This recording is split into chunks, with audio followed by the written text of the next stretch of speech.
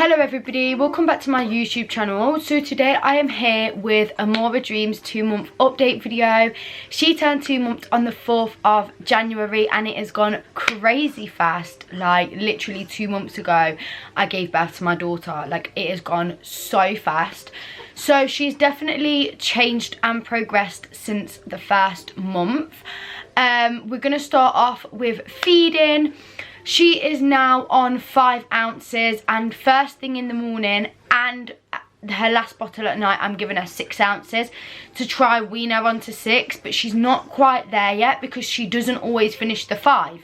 So she does normally drink in the day between 3 to 5 ounces, so it's just at night she needs a little bit extra to help her sleep, and in the morning she likes a little bit extra too, and that's fine.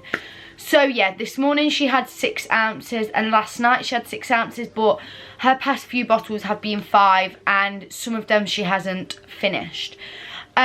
She is on the Tommy Tippy bottles and we've had no problems with them at all. They are just the normal bottles, not the anti-colic ones, and she is being fine.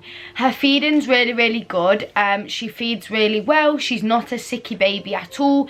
She'll just be sick like a normal baby would. Like she's not constantly sick and she's not sick a lot. She loves her milk. Like she's literally quite a hungry baby, I'd say. I'm not putting her onto hungry baby milk though. The reason for that is because she's not like a hungry baby where you put them onto that. She's just she doesn't go 4 hours. She can, but she mainly, if we are in home, she'll probably go about 3 hours, which is completely normal too. But yeah, they normally say 4 hours, but she goes around 2.5, 3 hours. It all depends. She is on SMA milk, which she's getting on really well with. My son was on that as well, so yeah, that is really good that she's getting on well with that. She only wakes up, I'd say, once or twice in the night, mainly once to be fair. It's the odd days it will be twice, but it is mainly once, and it is usually around the same time, about 5:30, 6 o'clock. So yeah, she sleeps really well in that sense that she only wakes up once. Her actually sleeping, so she doesn't always go sleep at a normal time. She normally goes sleep around 1 AM or 2 AM. For the past few weeks now, she just sleeps all throughout the day and misses the whole day, and then is awake until like 2, it can be 3, like even sometimes it's been 4 AM, because she doesn't understand the night and the daytime. That is the problem, because if she was sleeping how she does in the day, at night she would be sleeping through. She'd be a wicked sleeper. Deontay, my son, if you didn't know, I have a 2.5-year-old. He has always been a good sleeper. From literally like a few weeks old, he's been a sick sleeper. So it was a real shock that she doesn't really like to sleep much. But she will sleep throughout the day, which I would rather her be awake like she is now. She's just looking at Deontay. I'd rather her be awake now and then sleep tonight rather than the other way around. But it is what it is, and there's nothing I can do at the minute until like I can properly get her into a routine. She is in size 0 to 3 clothing now rather than newborn. Newborn did fit her still when I put her into 0 to 3, and 0 to 3 are big for her, especially the baby grows. But the clothes look okay because you can get away with clothes. The reason why I had to put her onto 0 to 3 clothing was because round here sometimes it'd be a little bit tight because she is quite a chunky baby now. So yeah, it'd be a little bit tight and I just didn't want it to hurt her or anything. So I thought it won't hurt to just put her in 0 to 3 instead. So that is what I did, and she obviously is still in 0 to 3, and she was 9 weeks old yesterday.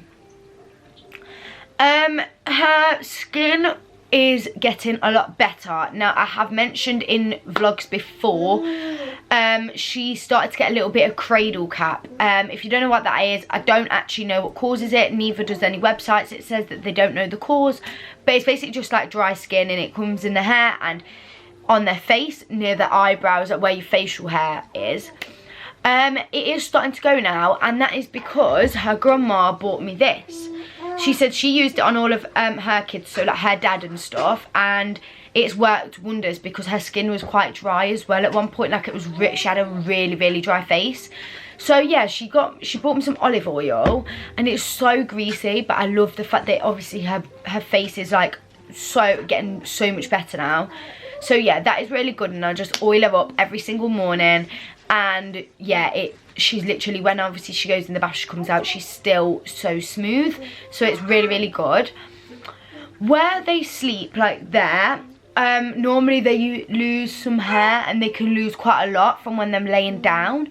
She's only lost a tiny bit, but I think that's because she had so much hair. It was unbelievable. So yeah, she's only lost a little bit. Probably gonna have to get her in a moment because she's starting to get a bit angry in there. Her face is a lot darker than her legs. Her legs are like quite light, and then her face is quite dark. When she was born, she was really dark. If you guys seen the picture of the thumbnail, where it was for the thumbnail of the name reveal, that was without a flash. Yeah, so if you've seen the thumbnail to her name reveal, you would have seen how dark she was when she was first born.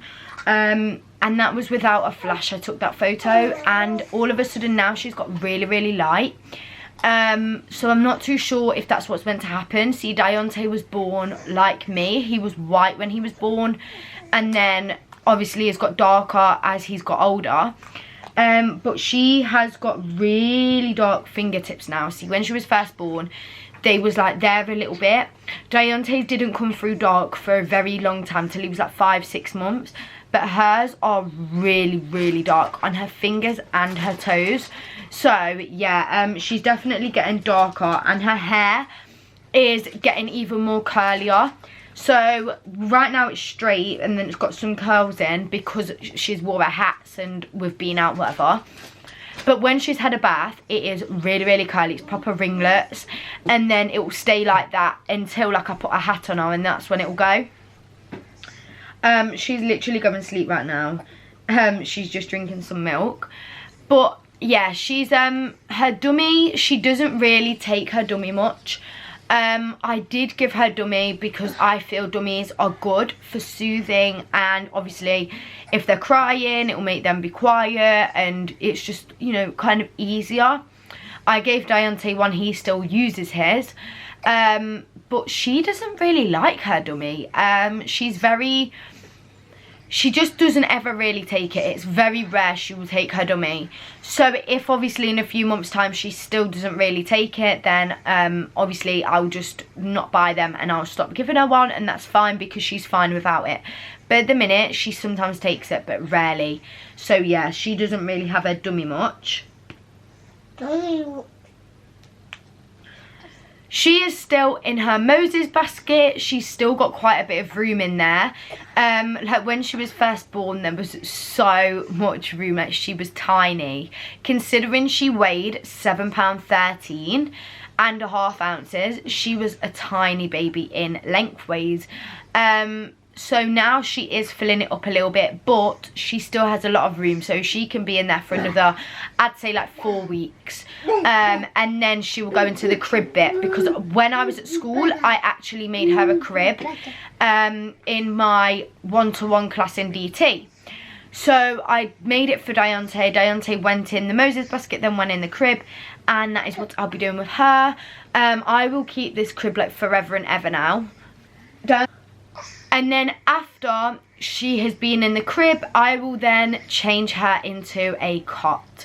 They don't normally say to go in a cot till 6 months, but I will put her in a cot when she can start like kind of lifting herself out of this crib, because this crib is huge, like for a crib.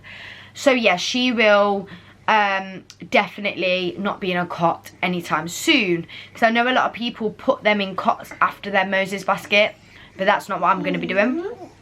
She now also weighs £11.4. She got weighed at her doctor's appointment the other day. She had all of her jabs. I'm not going to go into why I think that all kids should have their jabs, unless for medical reasons you don't want to give them.